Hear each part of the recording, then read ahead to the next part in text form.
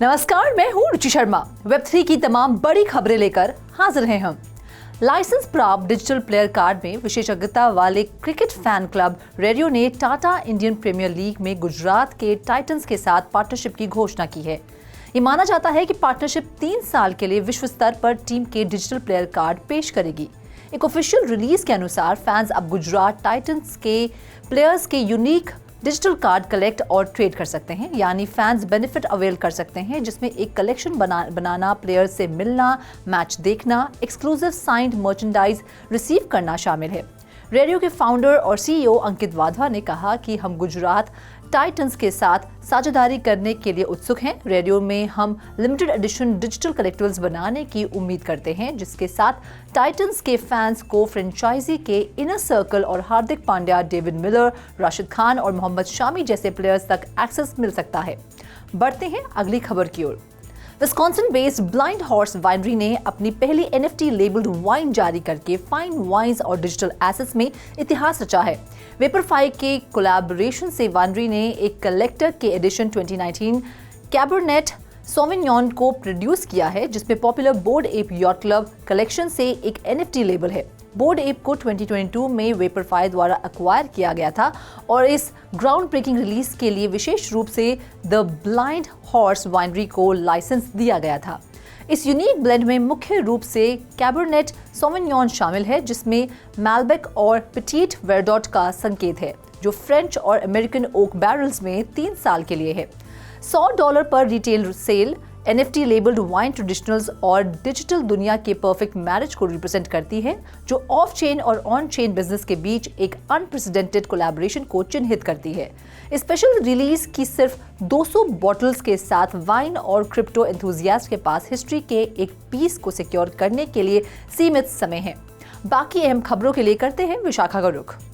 Alpha u को launch करने के लिए जापान के लीडिंग टेलीकॉम KDDI और WPP के बीच एक नई पार्टनरशिप के जरिए बनाया गया एक नया Web3 metaverse platform brand geometry Ogilvy Japan ने एक पूरी तरह से वर्चुअली प्रोड्यूस्ड फिल्म बनाई है। न्यू हॉलैंड क्रिएटिव और थिंकर के साथ Sydney based production house alt.vfx और उनकी सब्सिडरी कंपनी T&DA के साथ काम करते हुए फिल्म को जेनजी आर्टिस्ट मयू युकिशिता के 4 इलस्ट्रेशंस के जरिए डेवलप किया गया है, जिन्होंने सबसे ज़्यादा बिकने वाली किताबों और NEUT और MAG को इलस्ट्रेट किया है, जो विदेशों में फैशनेबल लोगों के बीच पॉपुलर है। बिल्डिंग ब्लॉक्स के रूप में इस्तेमाल किए गए पूरे 30 सेकंड को AI मिड जर्नी और स्टेबल डिफ्यूजन का इस्तेमाल करके इंटरपोलेटेड एनिमेशन जनरेट करने के लिए 4 इमेजेस को कनेक्ट करने के लिए बनाया गया है, जिसमें सीन्स को इकट्ठा करने के लिए VFX टेक्नोलॉजी का भी इस्तेमाल किया गया है। इसके अलावा म्यूजिक और नरेशन दोनों वर्चुअल थे। ज्योमेट्री ओगिलविया नए AU कोलैबोरेशन के लिए सभी क्रिएटिव डायरेक्शन का समर्थन करती है, जिसमें सभी ब्रांडिंग, कम्युनिकेशन डिजाइन, इवेंट्स और प्रेस कॉन्फ्रेंसेस शामिल हैं। Over to you Sandeep.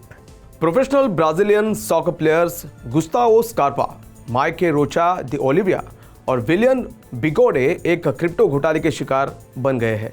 उन्हें एक्सलैंड नामक एक कथित धोखाधड़ी क्रिप्टोकरेंसी फर्म में निवेश करने के कारण $5 मिलियन से अधिक का नुकसान हुआ है। हालांकि कंपनी ने कहा कि उन्होंने पिरामिड स्कीम नहीं चलाई है और विक्टिम्स को रियम्बर्स करने का वादा भी किया है। स्कार्पा एक ब्राजीलियाई फुटबॉल खिलाड़ी है जो Premier League club Nottingham Forest के लिए खेलते हैं, और माइके रोचा दी ओलिविया जो ब्राजील की सीरीज से टीम पैल्मेरास में कॉम्पीट करते हैं। उन्हें विलियम बिगोडे द्वारा एक्सलैंड में इन्वेस्टर्स के रूप में शामिल होने का आग्रह किया गया था। प्लेटफॉर्म ने हर महीना 5% तक रिटर्न देने का वादा किया था। स्कार्पा ने 6.3 मिलियन रियाज डिस्ट्रीब्यूट किए, जबकि माइका ने 4 मिलियन रियाज के साथ पार्टनरशिप की।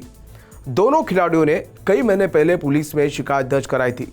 स्कार्पा ने हाल ही में टिप्पणी की कि मैंने हमेशा बेवकूफ़ लोगों को पिरामिड स्कीम्स और स्कैम्स का शिकार होते देखा है। अब खुद को इस तरह की सिचुएशन में पा लेना मेरे लिए हॉरिबल है। इस मामले के प्रमुख इन्वेस्टिगेटर विनियस सल्वा ने कहा कि हमारे पास स्ट्रॉन्ग एविडेंस है कि एक्सलैंड एक पिरामिड स्कीम के रूप में संचालित होता है। दूसरी ओर फर्म ने उन दावों को खारिज कर दिया, ये कहते हुए कि नवंबर 2022 में क्रिप्टो एक्सचेंज FTX के डिमाइस के कारण इन्वेस्टर्स का नुकसान हुआ। एक्सलैंड ने सॉकर प्लेयर्स के फंड को बहाल करने की भी कसम खाई है। अब बढ़ते हैं अगली खबर की ओर। ऑस्ट्रेलिया के सबसे बड़े बैंक ने इथेरियम के साथ ब्लॉकचेन बैरियर को तोड़ा है।